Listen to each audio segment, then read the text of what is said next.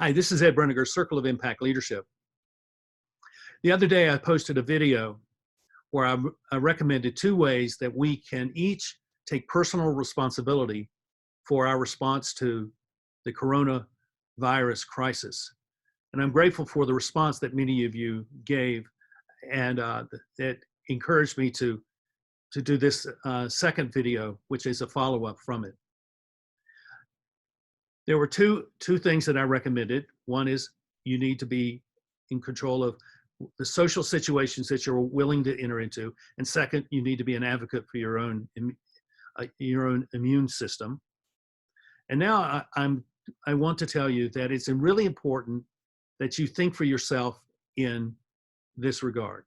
In the context of a crisis where a lack of knowledge is a dominant theme, it is important for you to be thinking clearly so that you are not being led into places which can ultimately be harmful to you or to your family or community. So what does it mean to think for yourself? I think it means that you have a framework for discernment of the messages that you're receiving through social media. I think social media is born for people who want to portray themselves as experts, but have nothing really to offer other than opinion. I wrote about this several years ago in an essay called "The Spectacle of the Real." I will link to it below. And in that essay, what I talk about is what others have identified as no longer a culture of relationships, but rather a culture of images where our relationships are mediated through these images. And so we know each other not because of a personal relationship we have with one another, but only through the words and images that come through the screen. And that is a highly manipulative environment for us. And we never really know what is true in that context. And I think that is particularly true in this situation with the crisis regarding this virus that we are all concerned about. So if you think for yourself, you're going to think because you have some clarity about what you believe and what you value, and these are important things.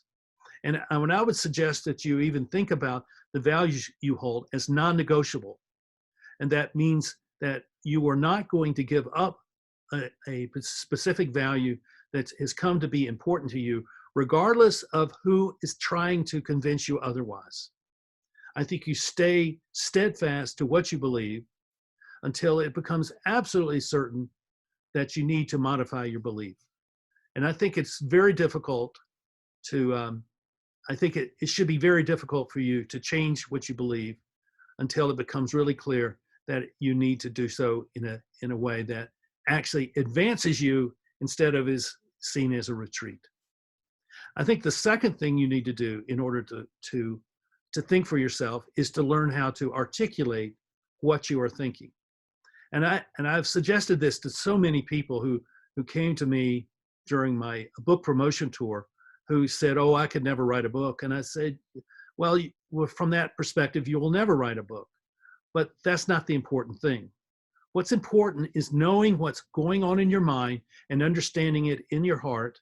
And you can do that by just carrying a little notebook around.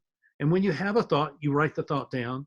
And you don't write complete sentences. You just write the phrase, a fragment of a thought. And over time, you're going to collect a range of thoughts, which then will constitute your collective knowledge and perspective about who you are and the experiences that you're having. And when you see that as a whole, all of a sudden, you are no longer a person of random ideas. You're now a person of substance who has something to share, something to contribute.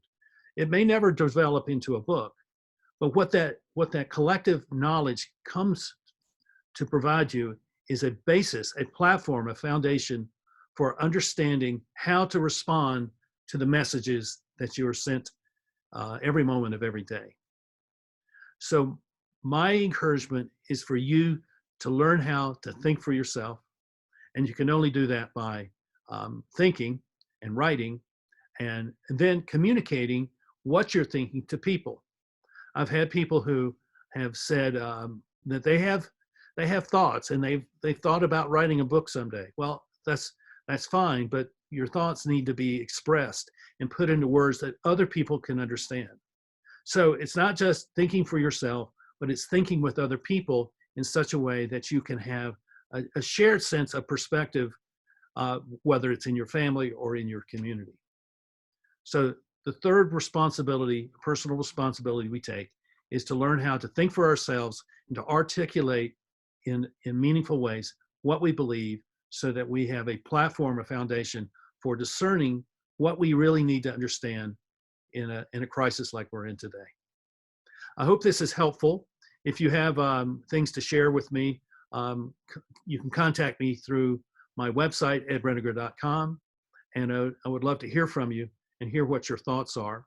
And I will come back to you when I feel like I have something new to share with you that will be beneficial in this same way of treating our lives in a very practical sense of what is it that I need to be able to do now in order to take care of myself, my family, my businesses, and my community. So thank you for watching, and I'll see you soon. Thank you. Bye.